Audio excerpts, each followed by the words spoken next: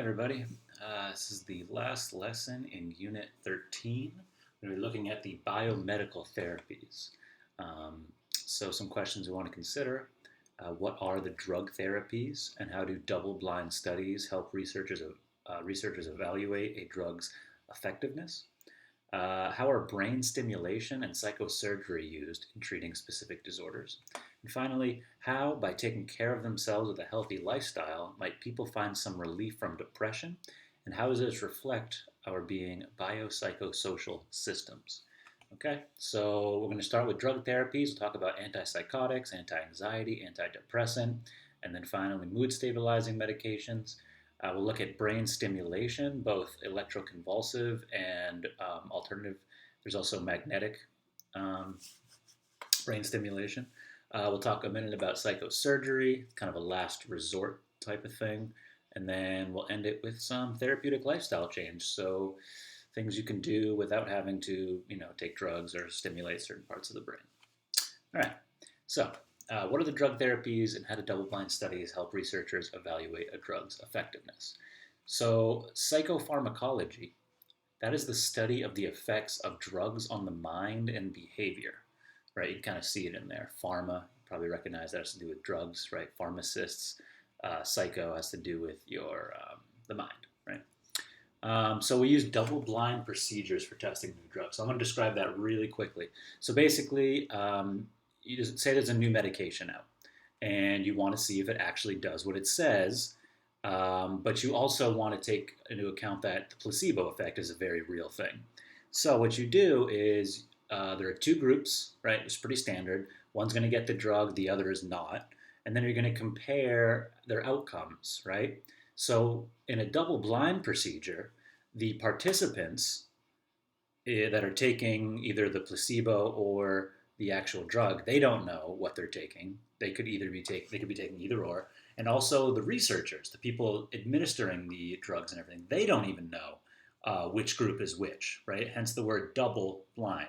Both the participants and the researchers are blind in the sense they don't know which group is which. They don't know what's the control group and what's the experimental group. At the end of the study, once all the data is collected, then they will be able to look and see, right, this information is kept somewhere by a third party who has nothing to do, never talks to the people or the researchers. At the end of the research, once all the data is in, right, then they can look at who was in which group and then use that to see if the drug was effective. Okay, so antipsychotic drugs. So these are used for patients with psychoses. So psychoses, right? Think schizophrenia. So hallucinations, delusions, loss of contact with reality. Used to treat schizophrenia. Other thought disorders that are severe that have some kind of psychotic aspect to them. Most conventional antipsychotic drugs are actually dopamine antagonists. So if you remember, if you say someone with schizophrenia, right, is experiencing hallucinations and delusions, there's actually overactivity in the brain. And that overactivity is in an area of the brain that uses dopamine as the neurotransmitter. So by taking a dopamine antagonist, what the drug does is it fits into the slots, into the receptors that would normally be taking in this dopamine and then causing some reaction, right? But it basically blocks the effectiveness of dopamine. Now, you can imagine, right, if you think about other things that dopamine does, this could have some potential side effects. They're pretty intense, actually. So they produce sluggishness, tremors, and twitches similar to those of Parkinson's disease. Because in a different area of the brain that also uses dopamine, there's an area that's used for planning out movements, right? Not the motor cortex, but a different part that's used to plan out movements. And this part of the brain uses dopamine as a neurotransmitter. So by blocking the dopamine, you're also affecting this part of the brain, right? That's why it's called a side effect. It's unintentional. But it makes it so you can't plan movements and your motions are jerky and twitchy like someone with Parkinson's because you're basically giving someone the symptoms of Parkinson's disease. But it also removes hallucinations and delusions, so it's a cost-benefit analysis in this case. Long-term use of antipsychotics can produce what's called tardive dyskinesia. So this is involuntary facial tics, grimacing, tongue, limbs. There's also like um, I don't know if this is tardive dyskinesia, but there's also another long-term symptom is pill rolling, which is another involuntary movement, but of the hand. It's like you're rolling around a little pill in your hand. Um, yeah, so it has to do with these tics. All these are side effects. Newer antipsychotics, they have fewer of these side effects, right? That's kind of the goal of psychopharmacology, is to make a very specific drug that really just affects one system that you're targeting and has the least amount of side effects. Um, so newer drugs will become more complex, right, more specific, and try to target the dopamine receptors only in the part of the brain that is going to, is linked to these hallucinations and delusions, rather than the parts that are linked to, say, planning of motor movements, like we see in some side effects and we see in Parkinson's. Um, However, there's still, I mean, even the drugs we have today, right? There's still risks of obesity and diabetes. So we haven't quite figured out right? There's no perfect antipsychotic drug yet. The goal is to reduce side effects, harmful side effects, right? And then it's a cost-benefit analysis from there. Okay, anti-anxiety. So this is Xanax, Ativan. What they do is they depress the central nervous system activity. Okay, so as a whole, right? Which is could be dangerous if you think about it. So it's one of the main reasons it should never be used with alcohol, because alcohol does a similar thing. And they'll work on each other. You can actually, people have died from taking Xanax and then having just a couple glasses of wine, a couple beers. That's all it takes. And then it shuts down your central nervous system activity so much that you stop breathing. Okay, your central nervous system, right, does control. If you think about the brainstem, we got the medulla, right, controls heartbeat and breathing. If you depress the central nervous system enough, you depress those vital functions and you die, right? So it's very, very important that there's no other depressant or anything that's going to reduce central nervous system activity taken with these anti-anxiety drugs, since they do the same thing or a similar thing. D-cycloserine, we've talked about this once before. It acts upon a receptor that, when you combine it with behavioral treatments, can actually help the extinction of learned fears, right? So D-cycloserine can be used in PTSD, OCD. It enhances the benefits of exposure therapy, and can relieve the symptoms. So someone with PTSD, you bring them into a nice, relaxing environment, and then you have them recreate the traumatic experience in their mind in a nice, safe environment. So you're trying to replace the anxiety that comes with imagining that event with the relaxation of the current situation that you're in, right? Because anxiety and relaxation, you can't have both of those at the same time. And D-cycloserine actually promotes that relearning or extinction of the fear and the learning of the relaxation. Right, this criticism of this is that they're just kind of reducing symptoms without really doing anything about the underlying problem. Sometimes that's okay when it's severe and you just really need to get rid of those symptoms, and then maybe you can deal with the underlying problems later. But it doesn't cure PTSD or OCD, right? But it does get rid of the symptoms. Anti-anxiety drugs can also be addicting, right? Think about OCD. The reason why people have compulsions, right? Those are the behaviors. They get rid of anxiety, and therefore they are rewarding, right? The removal of an adverse stimulus, the removal of anxiety, that's negative reinforcement. So anytime you're getting rid of anxiety, that's a reward, right? So anti-anxiety drugs are inherently rewarding. So they can be abused, they can be addicting, right? Popping a Xanax, right, at the first sign of any anxiety creates a learned response, right? You feel a little anxious, oh, time to have a Xanax, right? And that's the response you take, and that can lead to an addiction. And since Xanax, Ativan, anti-anxiety drugs are dangerous because they depress central nervous system activity, that's a very dangerous addiction to have. Okay, antidepressant drugs.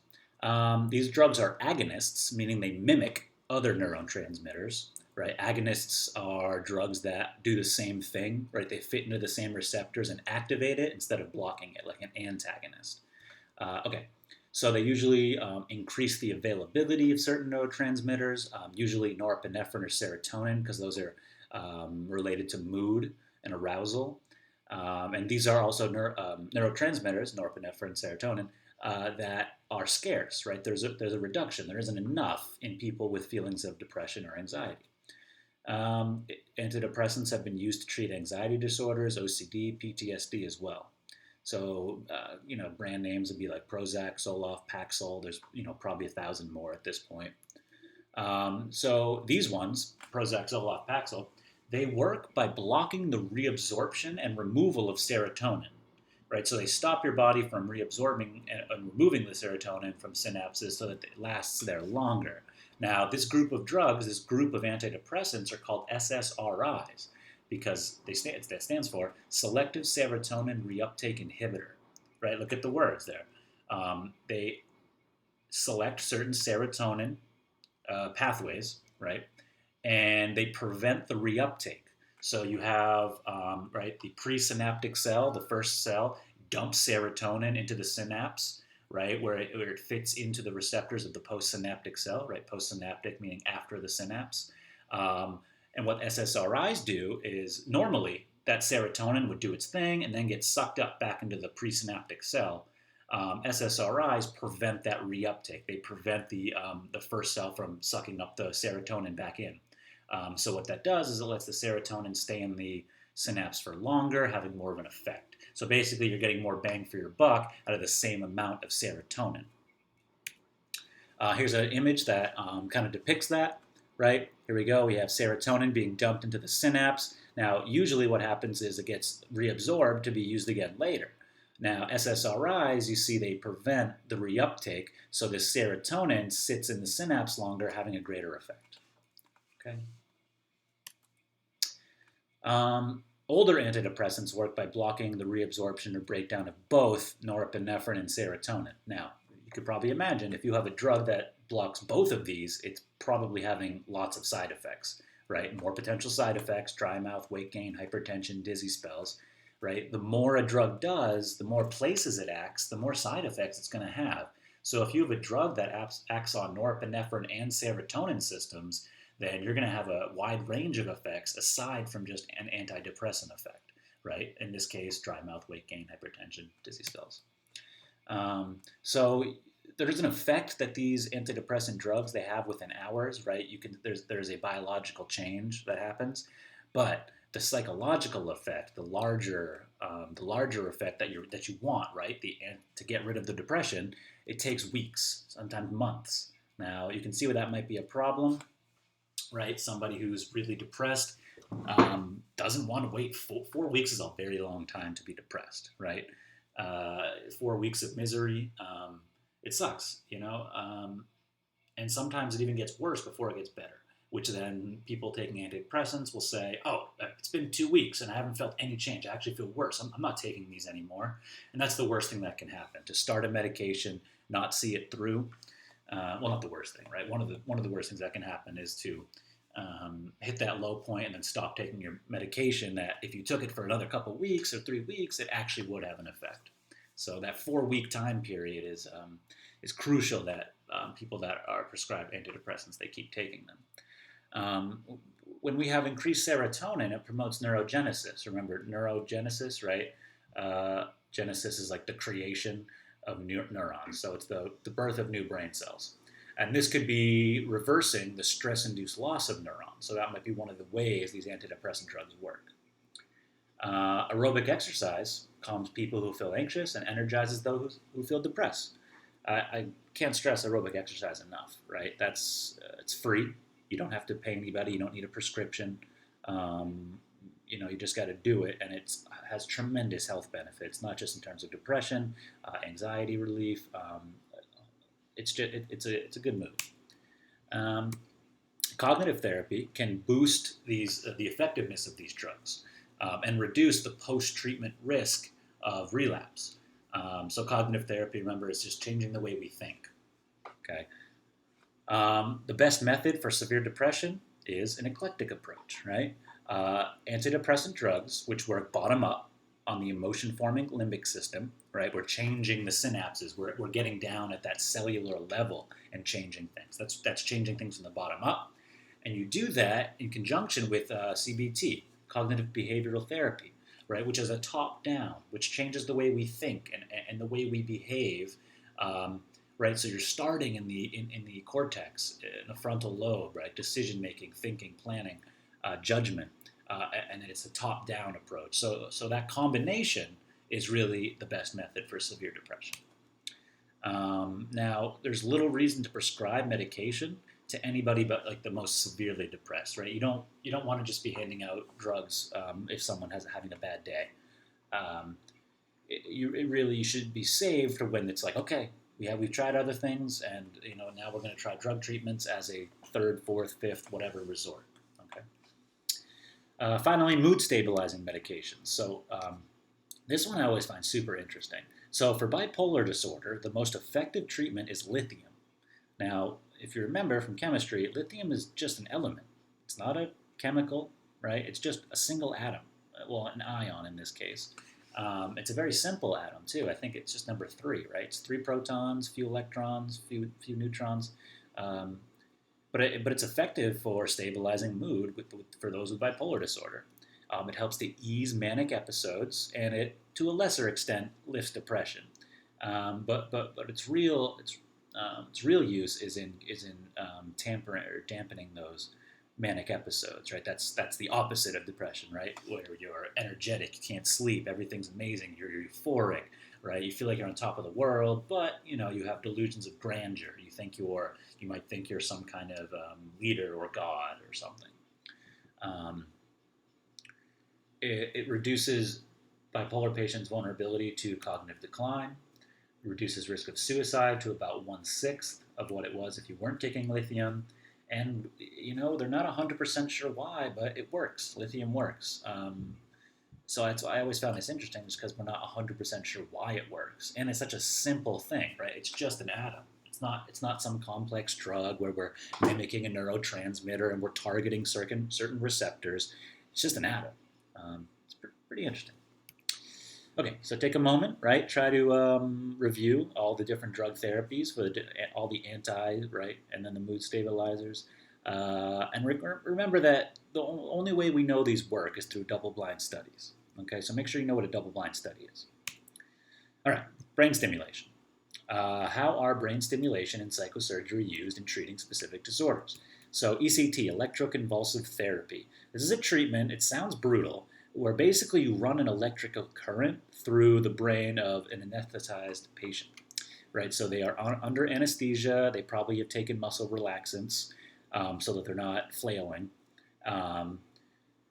But yeah, you basically just run electricity, right? You attach electrodes to a person's head and you run electricity through their brain. Now, if you do this 3 sessions each week for 2 to 4 weeks, 80% show improvement. There is memory loss for the treatment period, but there's no brain damage. So here's what a setup might look like. They got your heart hooked up. They got blood oxygen monitors, right? It's like you're in a hospital. They're checking all the vital signs. They're making sure you're okay. And then they'll attach some stimulating electrodes, and they'll run an electrical current through there.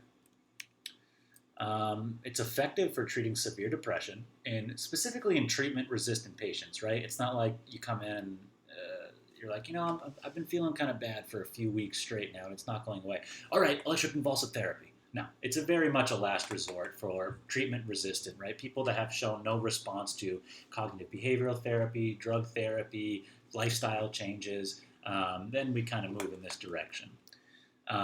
Just a quote, right? The results of ECT in treating severe depression are among the most positive treatment effects in all of medicine, right? It is actually, they're very, it works very well. There is some risk of relapse, however. But it does also, ECT boosts the production of neurogenesis, new brain cells. So we're not really sure how it alleviates severe depression. It could be that the shock-induced seizures can calm certain parts of the brain that are overactive during depression, kind of like a reset.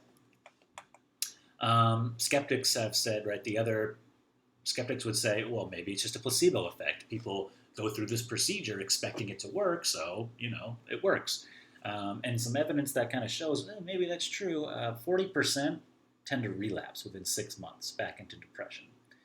But why do we use it? Well, first of all, right, 6 and 10 of those did not relapse. So, in the minds of most psychiatrists, it's a lesser evil, right? Depression is worse. The misery, anguish, and risk of suicide is worse than running electricity through your brain, having some memory loss for that period, right? Again, cost-benefit analysis, and this is not something they would do right off the bat. This is only for treatment-resistant patients. There's also magnetic stimulation. This is similar to that last one, except there's no loss of consciousness and no, memory loss. So this is using magnets instead of electricity, even though it's the same force, right? Electromagnetic force. So we're dealing with the same type of energy or the same type of stimulation here. It's basically you take a very strong magnet and you put it near a person's head, right? And it's used to either stimulate certain areas or suppress certain areas of brain activity. Doesn't produce seizures and memory loss, and there's no side effects. Maybe mild headaches can result. So again, how it works, not clear. It could be that the stimulation energizes the brain's left frontal lobe, which is in depression tends to be very inactive or underactive. It also could cause new nerve cells to make new connections, right, through the process of LTP. Right? If you remember, LTP, long-term potentiation, is how we form long-term memories. Here's what a setup might look like for the magnetic stimulation. Right, they make sure your head's still, and then they get magnets, and usually these types of ones, right, they'll only affect the surface layer. There's also deep brain stimulation, right, where they focus, these researchers specifically focused on a neural hub that connects the frontal lobe to the limbic system. Right? Remember what that right frontal lobe is kind of impulse control, decision making. Limbic system is emotions, right? So that hub that connects them, right, could be responsible for when our emotions overtake our thinking, right? So stimulating that, they found that, and this is also an overactive area in people with depression. Stimulating this calms that area and relieves symptoms of depression. 20 patients received implanted electrodes and a pacemaker stimulator. 12 experienced relief, which was sustained over 3 to 6 years of follow-up. Now, remember, with deep brain stimulation, you can't just do a magnet outside the head. It's much more invasive. You actually have to get in there and implant an electrode, right? The cranial stimulations, on the slide ago here, right? It's not invasive at all. You don't have no surgery required. But for deep brain, you got to get in there. So it's much more invasive. This is the researcher that's doing that work, highlighting some parts of the brain, right? She's looking at which parts of the brain are under or overactive in depressed patients. Okay, psychosurgery. So how are brain stimulation and psychosurgery, right? We're still answering this question, used in treating specific disorders. So psychosurgery is basically lobotomy, right? You're removing or destroying brain tissue. This is almost never used because its effects are irreversible. You can't put back a part of the brain you destroyed, right? So it's the most drastic, least used biomedical intervention for changing behavior, right? A lobotomy, you cut the nerves connecting the frontal lobes to the emotion-controlling centers of the inner brain. It calms uncontrollably emotional or violent patients, very, very much a last resort. It wasn't always a last resort, though. When it first came out, you can look into this. It's pretty messed up what people did. There were I believe there was one guy who would he had like a van or a wagon, and he would just go around the country performing lobotomies, and pretty much for any reason, right? Oh, your child misbehaves, lobotomy. Oh, or your kid can't pay attention, lobotomy. Oh, your wife gets too emotional, lobotomy. Yeah, it was pretty bad. So in the 1950s, 35,000 people were lobotomized in the U.S. alone, and it's because it was not regulated. It was just they didn't know how it worked. There's a lot to look into there. There's quite a story behind that one. I recommend doing a little research. All right, take a minute, answer this question before you move on. All right, finally, how how are therapeutic lifestyle changes? How do they reflect our idea of this biopsychosocial being, and how could it help relieve depression? Well, remember that the mind-body interaction, right? The mind affects the body affects the mind. Okay, so if you change something about one, it's going to change the other. So if we want to affect the mind, we can through biomedical therapies affect the body, the brain, which will then affect the way we behave and think. Because everything psychological is also biological. A human being, we've said this a million times, right? It's a biopsychosocial system. A way of life that entails, if you live your life and you have strenuous physical activity, strong community ties, sunlight exposure, and plenty of sleep, very rarely will you experience depression. So if we think of cultures like Amish, right? They're farming communities. They do lots of physical exercise. They have very strong community ties. They're out working in the sunlight most of the day, and they get plenty of sleep, right? They don't have electric anything, so they don't have cell phones keeping them up with their blue light, right? That group of people rarely experiences depression. Okay, so the lifestyle is important. Um, right, outdoor activity in natural environments, like a walk in the woods, taking a hike, okay, reduces stress and promotes health. Regular aerobic exercise and a complete night's sleep will boost mood and energy. Right, I know you've probably heard it a million times throughout your life, but like a good night's sleep and exercise are some of the best things you can do for yourself. Researchers in this one study invited participants with depression to a 12-week training program with the following goals: aerobic exercise, adequate sleep, light exposure, social connection, anti rumination. So remember that rumination is when you think about the same thing over and over and over again, right? Now, when solving a problem, that could be useful, but when you're thinking negative thoughts about yourself, then it becomes a problem. And nutritional supplements. 77% who completed the program experienced relief from the depressive symptoms, whereas only 19% in those assigned to a normal treatment condition actually saw improvement. Here's a nice slide, right? You can pause here. We can look at the problem, the aim, the technique, for drug therapies, brain stimulation, psychosurgery, and therapeutic lifestyle change. A nice summary slide here. Okay, so take a minute, right? Answer these two questions. Go ahead and pause. You can just answer it in your head. Here's a couple FRQs you could also try. Okay, and that's going to wrap up our Unit 13. So I'll post an assessment the following day, whenever day after this is. And then we'll jump into Unit 14 the day after that. And that'll be our last one. All right. See you later.